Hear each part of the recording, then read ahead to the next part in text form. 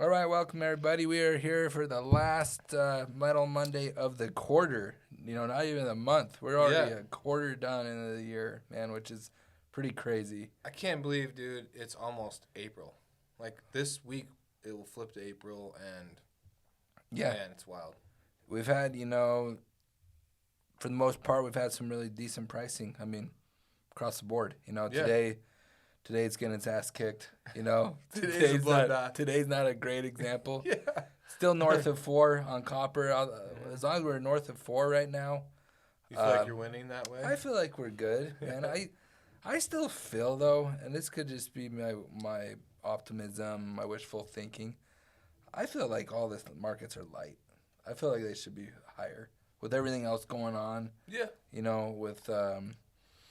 With the way like things are ramping back up on manufacturing and just overall production of products. It feels better. I could be wrong. Mm-hmm. It feels like it still feels like it's primed to take off. That being said, iron's going down in April, right? Yep. Yeah, they're gonna probably start taking it down here in the next day or two, Down like it is 20. already. Yeah, I think they're gonna. The iron ferrous is going down in April, which to me is crazy, but so is life. You hear me complain about it on occasion, but overall, like, there's not. What are you gonna do about it? You just either you got two options: sell it or sit on it. Mm-hmm. Just like the rest of the non-ferrous this month, right? I mean, I guess I appreciate your optimism because we're sitting on a shitload of scrap. We are. but but I guess at the end of the day, if you have the ability to sit on it, and you can, I don't think you're going to get hurt in today's market. To be honest, like, and I've said this before, but like when the days are like this, bloody, red, nasty, like, I want to buy. Like, I don't like buying when everything's just hyper green, just because then you feel like you're setting yourself up. But like if we lose half the money on everything, I'm in. Like that, I know I can buy it right now, right? Mm-hmm. Like that's the name of the game in our business. So, but the problem is when markets like this, not everybody wants to sell. So you kind of you start shaking down who needs to sell and who wants to sell and who doesn't need to sell. Especially when it's been good, we've seen 420, 430 copper. Yeah. You do get those guys that will sit, think it will come back, and we'll see if it does. But yeah, I think on the copper side, I think we're in a good spot. I mean, I'm not concerned about the copper.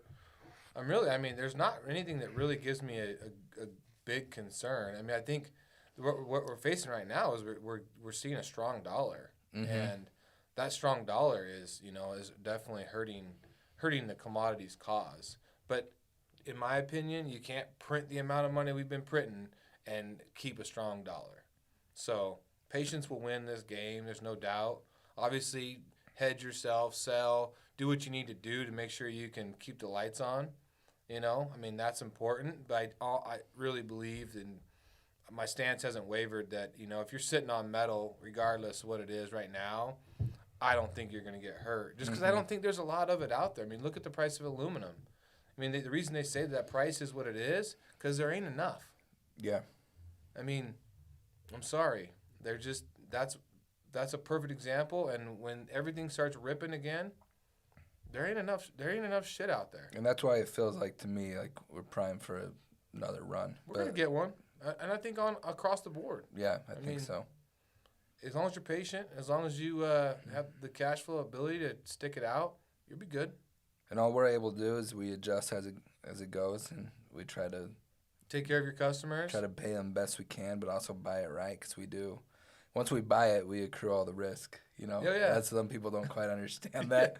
Yeah. They'll like even on the ferrous side and it works both ways, where ferrous goes up the next month and you gain on all those tons you bought. Yeah. But sometimes I'll like give customers a warning, like, hey, it's gonna be down, and then dump zone comes. They just dump, and I'm like, thanks, guys. Dude, that's when I sit next to the accountant, he's like, what are you guys doing over there? What the fuck are you buying? I'm like, scrap, bud. That's the business that we're in. Yeah, and we just got to keep buying, put the right numbers out there. You just try to put the pulse on the market where it needs to be, where you're protected. I always call it the magic number, and I call it to our own guys. I say we're always looking for that magic number where we're giving the right value to the customer. We're making enough money to keep the lights on. Yep. And, and staying competitive. Now, it's always hard to find that number until you're, like, really in it, looking at it every day, quoting it every day. And then you can really, like, kind of feel it. And then, then hopefully you buy scrap, because we're not, we're always competing.